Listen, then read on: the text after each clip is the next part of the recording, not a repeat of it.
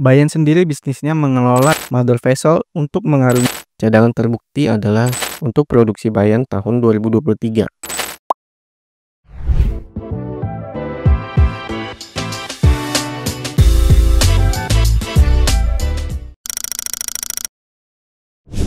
Halo investor, balik lagi di tesis investasi saham.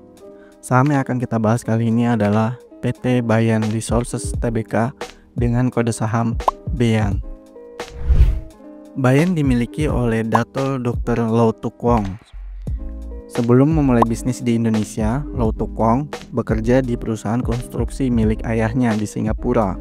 Dan pada tahun 1973, Bayan berdiri dengan nama PT Jaya Sumpairs Indonesia sebagai kontraktor struktur.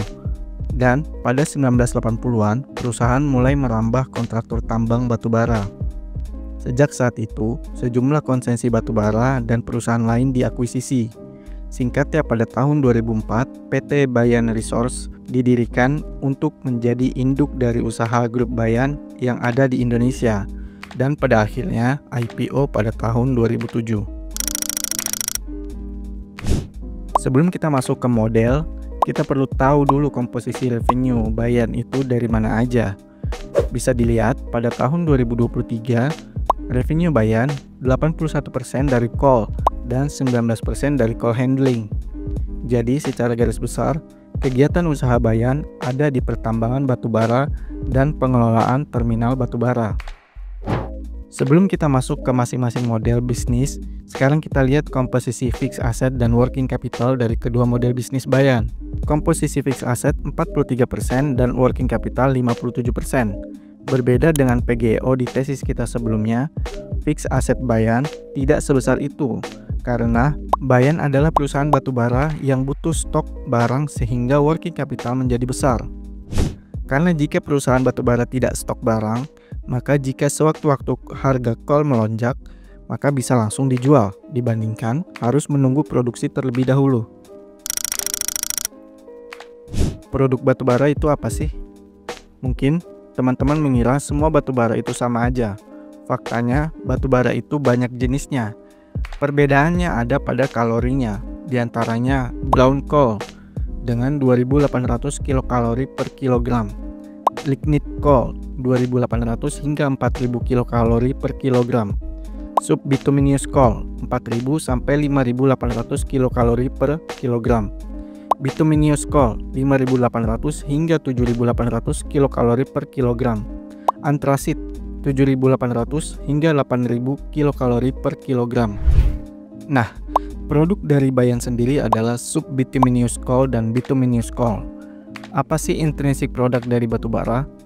Jawabannya tentu aja source of energy. Bagaimana cara Bayan memperoleh batubara? Tentu perusahaan harus membeli lahan terlebih dahulu untuk mengeruk batubara di dalamnya. Step awal dari supply chain perusahaan batubara adalah eksplorasi. Nah, pada masa eksplorasi ini perusahaan membutuhkan izin dari pemerintah berupa IUP eksplorasi atau izin usaha pertambangan. Banyak pengujian yang dilakukan di tahap ini. Kemudian tahap overburden drilling and removal. Di tahap ini ada istilahnya stripping ratio. Apa itu stripping ratio? Simpelnya adalah perbandingan antara volume lapisan penutup tambang dengan hasil tambangnya. Jika stripping ratio-nya 10 kali, maka perusahaan harus memindahkan 10 ton lapisan penutup untuk mendapatkan 1 ton batubara. Jadi, semakin kecil stripping ratio, maka akan semakin bagus. Pada tahap overburden ini, ada izin yang harus disiapkan perusahaan untuk mendapatkan lahan konsesi. Artinya, perusahaan punya hak legal tanah tersebut.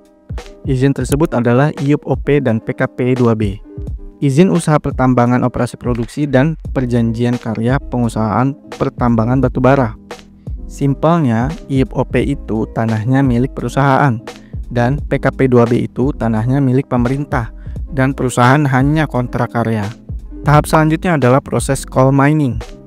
Perusahaan bisa mencangkul sendiri atau pakai jasa kontraktor untuk menguruk batubara di lahan tersebut.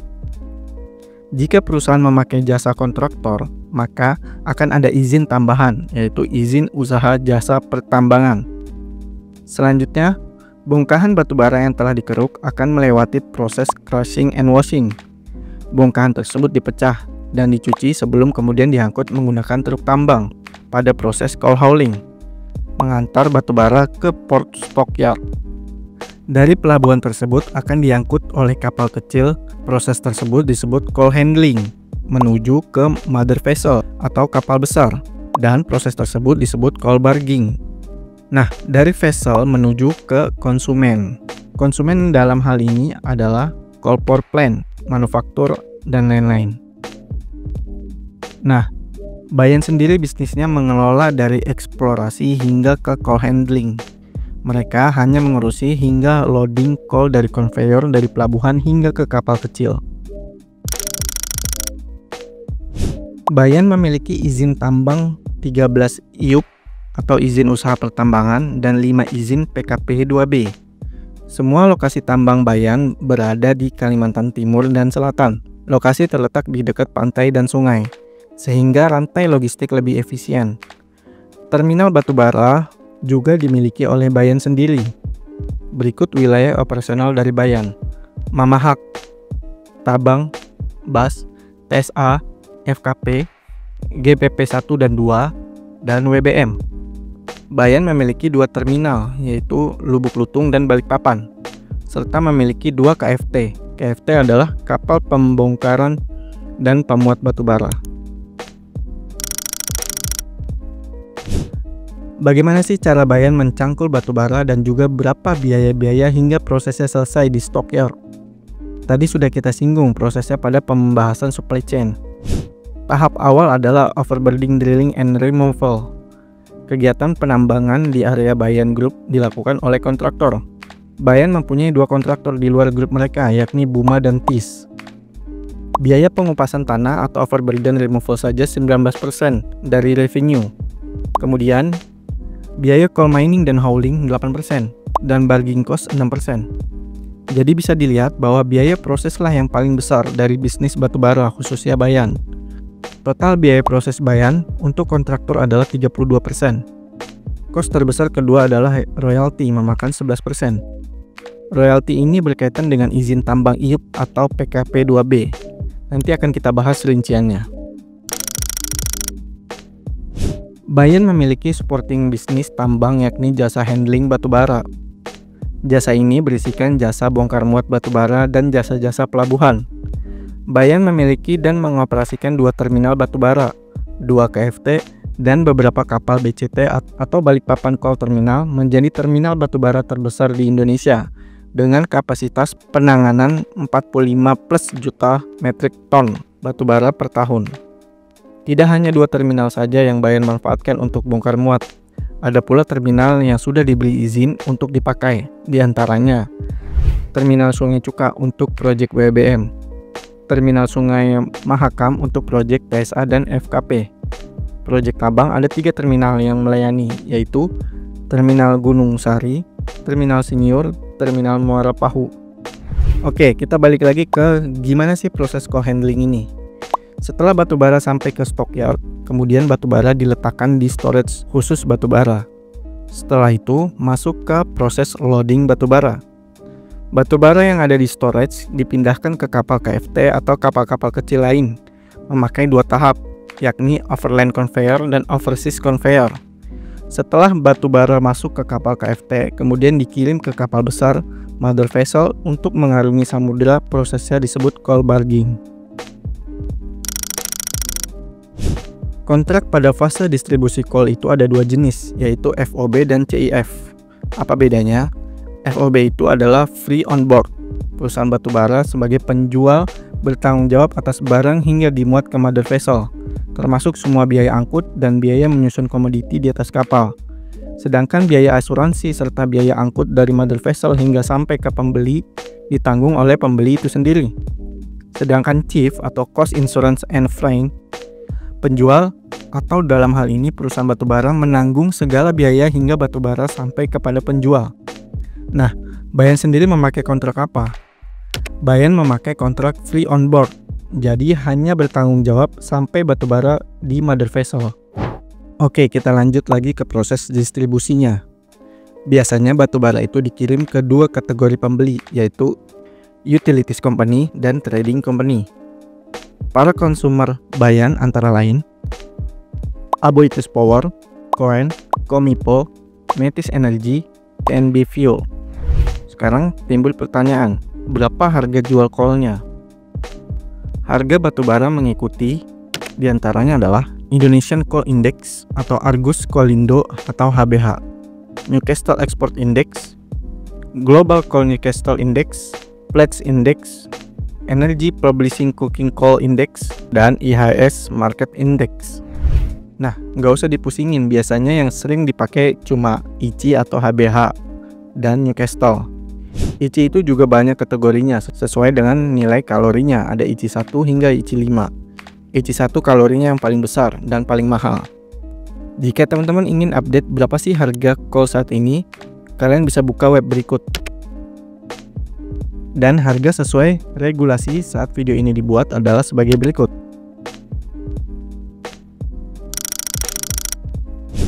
Setelah kita bahas dari proses mining hingga ke tangan konsumen, sekarang timbul pertanyaan, kenapa orang-orang mencari dan membutuhkan batubara? Jawabannya karena intrinsic product yang ditawarkan oleh batubara itu sendiri. Apa yang ditawarkan? Sama seperti tesis kita sebelumnya di PGEO, yang ditawarkan sama-sama source of energy. Cuma bedanya, coal jauh lebih murah dibandingkan steam. Nah, energi itu dipakai untuk apa? Ya, untuk memajukan peradaban manusia. Semakin maju peradaban, konsumsi energi akan semakin besar. Sekarang kita lihat tingkat populasi dunia. Menurut Worldometer, hari ini populasi manusia ada 8 miliar manusia. Dengan prediksi pertumbuhan hingga 2040 ada 9 miliar. Sekarang kita lihat World Energy Consumption. Berdasarkan BP Statistical Review of World Consumption 2022, penggunaan coal masih menjadi yang terbanyak kedua di bawah oil. Juga coal consumption itu sendiri secara total masih bertumbuh 6,3%. Walaupun di beberapa negara sudah mulai dikurangi pemakaiannya. Kalian tahu nggak konsumsi terbesar coal itu di negara apa? Nih, saya kasih lihat. Di urutan pertama ada China dengan konsumsi 86,17 exajoule. Kedua ada India 20,09 exajoule. Di urutan ketiga ada US dengan 10,57 exajoule. Sedangkan Indonesia konsumsi hanya 3,28 exajoule. Udah lihat datanya kan? Bahkan negara maju seperti US yang gembar-gembur jangan pakai energi kotor seperti batu bara saja, konsumsinya 3 kali lipat lebih banyak dari Indonesia. Sekarang timbul pertanyaan, satuan exajoule itu seberapa banyak sih? Teman-teman bisa konversi sendiri exajoule ke ton. Di sini teman-teman bisa lihat 1 exajoule itu setara 34,1 juta ton. Nah, konsumsi China seberapa besar? 86,17 exajoule. Itu setara 2,9 miliar ton batu bara. Jika dilihat secara persentase, China mengkonsumsi lebih dari setengah konsumsi batu bara dunia dengan nilai 53,8%. Sangat mencengangkan. Sekarang kita akan bahas siapa produsen batubara terbesar di dunia. Di peringkat pertama ada China dengan 85,15 exajoule. Kedua ada Indonesia 15,15 exajoule. Ketiga ada India dengan 13,47 exajoule.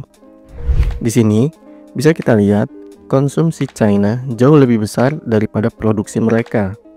Tentu mereka akan import coal untuk kebutuhan mereka.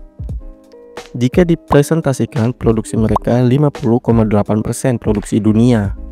Bayangkan, produksinya aja lebih besar dari produksi dunia, tetapi itu pun belum cukup untuk memenuhi kebutuhan mereka. What? Dari data tadi, kita tahu bahwa Indonesia adalah produsen terbesar kedua, 15,15 exajoule atau setara 518 juta ton. Menurut data laporan kinerja Kementerian ESDM tahun 2023, total produksi batubara adalah 775 juta ton dengan ekspor 518 juta ton. Kita akan lihat produksi bayan 2023 adalah 49,7 juta ton. Itu artinya market share-nya adalah 6,4% dari produksi batubara Indonesia. Sedangkan untuk ekspornya market share bayan hanya 7% dari ekspor batubara Indonesia. Coba teman-teman tebak, market share perusahaan batubara mana yang paling besar di Indonesia? Baik itu produksi ataupun ekspornya. Tulis di kolom komentar ya jika tahu. Kalau kalian nggak tahu dan mau tahu, nanti akan kita buatkan videonya terpisah. Berdasarkan BP Statistical Review of World Energy 2020, cadangan batubara dunia pada akhir 2020 adalah 1074 billion ton.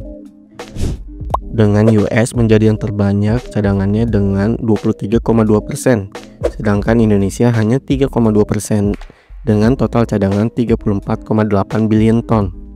Jika kita hitung konsumsi dunia, bandingkan dengan cadangan mereka, kol akan habis dalam 196 tahun jika data konsumsinya tetap. Nah, setelah kita lihat cadangan batubara dunia dan juga cadangan batubara Indonesia, kira-kira teman-teman tahu nggak cadangan batubara perusahaan apa di Indonesia yang terbesar? Apa Bayan? Atau perusahaan lain? Yang tahu? Coba tulis di kolom komentar ya. Kalau rame nanti kita akan buatin video yang terpisah juga. Apa sih nilai yang ditawarkan batubara? Seiring perkembangan peradaban manusia akan semakin modern dan mengkonsumsi energi semakin banyak untuk memodernisasi zaman. Jadi tentu intrinsic value-nya adalah modernisasi. Variabel kunci dari perusahaan tambang yang harus selalu diperhatikan adalah yang pertama, umur tambang. Umur tambang dapat dilihat dari dua faktor, yakni cadangan batubara terbukti dan batas izin ambang. Oke, kita lihat cadangan batubara Bayan.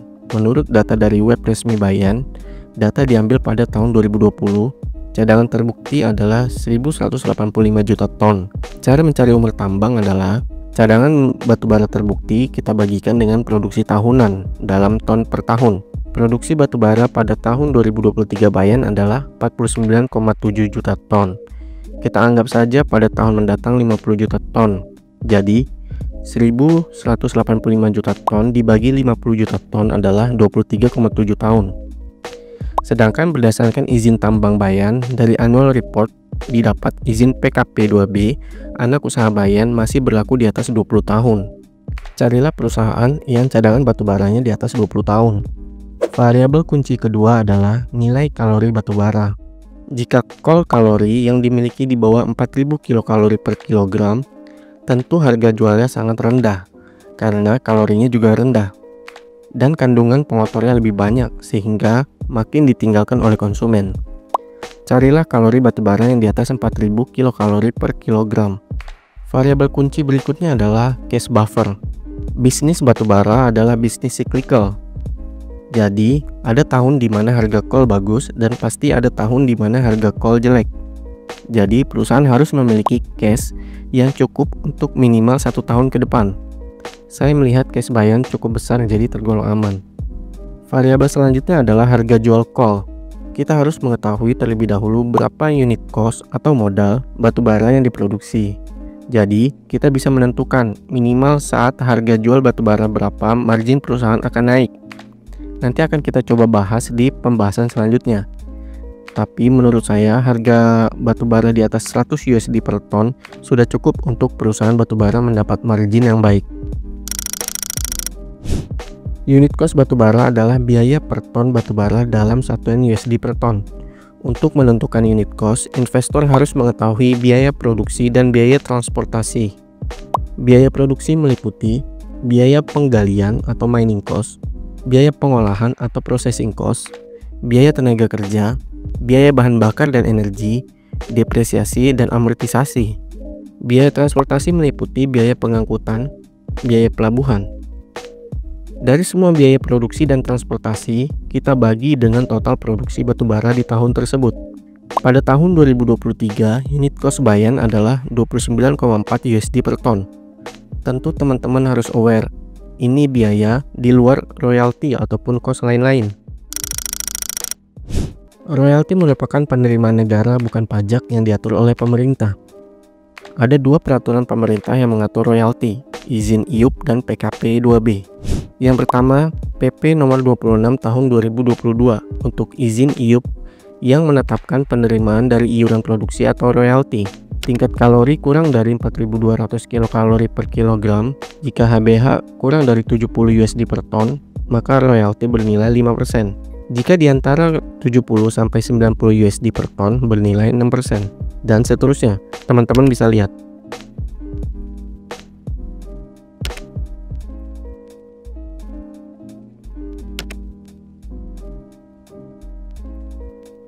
Nah, terdapat satu lagi PP nomor 15 tahun 2022 untuk izin PKP 2B yang sudah upgrade ke IUPK.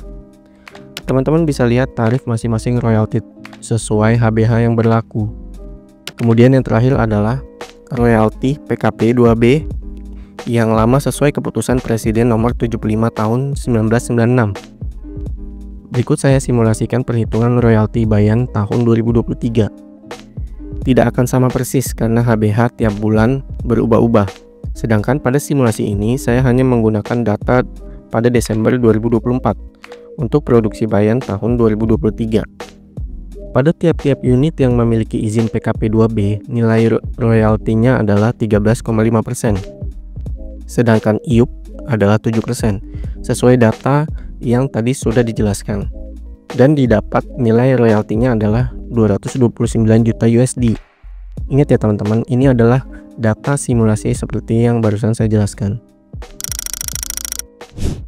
Di sini kita akan melihat bagaimana perusahaan mengenerate produk batubara hingga ke tangan konsumer.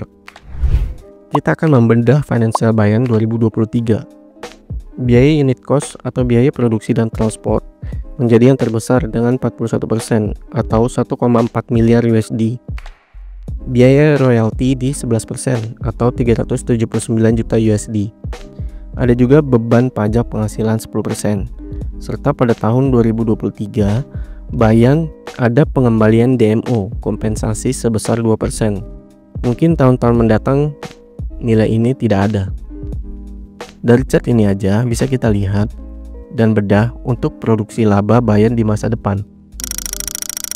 Oke, sekarang kita masuk ke financial Bayan. Pada laporan keuangan ini sudah saya rangkum dari tahun 2016 hingga kuartal 2 tahun 2024. Ya, kurang lebih 8 hingga 9 tahun. Di financial ini tersimpan beberapa informasi yang akan kita manfaatkan untuk melihat apakah Bayan ini secara perusahaan itu cukup baik untuk kita investasikan. Dan juga data-data di sini akan kita gunakan untuk menentukan valuasi seperti today value dan juga future value hingga BEP yang akan kita hitung nantinya. Oke, di sini kita lihat dulu total aset. Di sini growth-nya juga cukup baik dari 825 juta USD hingga 3,4 billion di tahun 2023. Total liabilities-nya tertinggi pernah mencapai 1,9 billion USD dan total equity dan juga owners cukup baik growth-nya dari 188 hingga 1,9 billion USD. Kemudian owners income dari 29 growth-nya sangat tinggi hingga 1,2 billion USD dan pernah tertingginya ini di tahun 2022 2,1 billion USD. Di sini tentu memang tahun 2022 adalah tahun yang spesial bagi perusahaan-perusahaan batubara karena harga batubara saat itu melambung sangat tinggi. Jika kita lihat growth-nya, financial Bayan ini memang perusahaan ini sangat cocok untuk kita investasikan. Dan yang jadi pertanyaan adalah di harga berapakah kita akan membeli Bayan ini? Oke, kita langsung aja untuk menentukan today value dan juga future value serta BEP untuk menghitung valuasi dari Bayan. Kita lihat terlebih dahulu liabilities-nya. Komponen liabilities di sini adalah business payable dan juga IBD. Yang perlu diperhatikan, apa itu IBD? Ini adalah interest bearing debt atau hutang berbunga. Hingga kuartal 2 tahun 2024 nilainya sangat kecil jika kita bandingkan dengan owners equity. Jadi bisa saya bilang Bayan ini minim hutang. Di sini juga dilihat dari leverage-nya hanya sekitar 4%. Jadi kita abaikan saja untuk hutang-hutang dari Bayan di tahun 2024 ini. Oke, variabel apa lagi yang akan kita perhatikan di financial ini? Kita akan menentukan conviction dari laporan keuangan ini. Menurut teman-teman, dari data-data ini, conviction teman-teman itu seperti apa? Kalau menurut saya ini sangat baik untuk kita menentukan Bayan ini cocok untuk kita investasikan atau tidak secara bisnis terlebih dahulu, bukan secara berapa harga yang ditawarkan di market. Kalau kita lihat laporan keuangan yang tadi sudah saya jelaskan, lihat dari liabilitiesnya, total equitiesnya, kemudian stability. Kalau kita lihat stability perusahaan call, memang bergejolak ya, tergantung harga call di market itu seperti apa. Bisa dilihat di sini tertingginya 2,1 billion USD, kemudian drop kembali hingga 1,2 billion USD. Ini menentukan kalau misalnya stability perusahaan call memang seperti itu. Oke, kita langsung aja masuk ke valuasi. Di sini menurut saya untuk menentukan today value dari perusahaan call khususnya Bayan, saya akan mengasumsikan perusahaan ini jika dilikuidasi kita bisa dapat berapa. Di sini komponen-komponennya adalah kita lihat total asetnya. Di sini ada cash, ada restricted cash, receivable, inventory, fixed asset, dan mining properties. Kalau menurut saya yang akan saya hitung hanya 4 komponen terakhir ini aja. Kita tidak menghitung cash. Kenapa? Karena perusahaan khususnya Bayan ini biasanya membagikan dividen. Nah, pada saat pembagian dividen itu yang terkuras pertama kali mungkin adalah cash. Jadi saya tidak akan menghitung cash ini. Jika kita menghitung berapakah today value-nya, saya akan mengambil receivable hingga mining properties. Ini akan didapatkan nilainya sekitar 1,7 billion USD. Kemudian saya akan mengasumsikan nilainya hanya sekitar 80% dari nilai tersebut. Jadi kurang lebih saya akan menentukan kalau today value dari Bayan sendiri adalah 1,4 billion USD. Kemudian kita akan menentukan future value. Future value-nya itu kita lihat owner's income-nya. Kedepannya itu seperti apa? Kita tidak akan melihat tahun-tahun di mana harga call sangat melonjak tinggi. Jadi tidak mungkin kita mengambil owner's income itu 2,1 billion USD. Kita akan mengasumsikan berapa sih kira-kira laba yang sesuai dari Bayan sendiri untuk tahun-tahun mendatang jika harga call tersebut stabil di harga saat ini misalnya. Kalau menurut saya owner's income-nya kurang lebih di 1,2 billion USD. Cuma saya ingin konservatif, saya akan memberikan nilai 1 billion USD aja. Kemudian untuk BEP pada penjelasan video sebelumnya yang PGEO, kita sudah menentukan bahwasanya PGEO itu BEP-nya kurang dari bonds. Bonds itu adalah 12 kali. Kemudian saya bandingkan juga jika saya ingin membeli Bayan ataukah PGEO. Jadi menurut saya akan memberikan penilaian bahwasannya saya lebih tertarik pada Bayan dibanding PGEO. Maka asumsi saya BEP dari Bayan itu lebih tinggi dibanding PGEO. Dan juga kita bandingkan dengan bonds. Saya lebih tertarik Bayan ataukah bonds. Jadi menurut saya lebih tertarik pada Bayan. Lagi-lagi saya menilai konservatif, harusnya itu lebih tinggi dibanding BEP-nya bonds 12 kali. Tapi di sini saya akan berikan BEP yang sama dengan bonds, yakni 12 kali. Oke, komponen-komponennya sudah kita dapat. Today value 1,4, kemudian ditambah future value 1 dikali BP 12. Kita akan mendapatkan valuasi 13,4 billion USD. Kemudian kita asumsikan kembali berapakah harga 1 USD-nya. Di sini saya mengambil dari salah satu laporan keuangan bahwasannya nilai USD-nya adalah 15.500. Maka kita kalikan dengan 15.500 untuk mendapatkan nilai rupiahnya. Maka akan mendapatkan nilai valuasinya adalah 207.700 billion rupiah. Nah, jika kita lihat market cap saat ini, video ini dibuat adalah 680.833 billion rupiah. Maka MOS-nya adalah 0%. Jika kita bagi dengan shares-nya atau lembar sahamnya adalah 33,33 billion, maka akan didapatkan harga Bayan yang pantas untuk investor beli adalah di sekitar 6.200 rupiah. Hingga video ini dibuat, harga Bayan adalah 20.425. Jadi ini sungguh sangat over value. Ditandai juga kita bisa lihat current price to book value atau PBV-nya hingga 20,42 kali. Ini sangat mahal. Jadi menurut saya nilai valuasi yang sesuai Bayan adalah 6.200. Mungkin saya akan melirik Bayan ketika harganya sudah di bawah itu. Tentu diimbangi juga dengan key variable yang sudah kita bahas tadi. Apakah masih sesuai dengan planning investasi kita? Oke, sekian aja dari video tesis saham Bayan. Jika ada yang ingin ditanyakan, silahkan tulis di kolom komentar. Share video ini sehingga saya bisa lebih semangat untuk membuat tesis-tesis investasi lain. Oke, salam investor.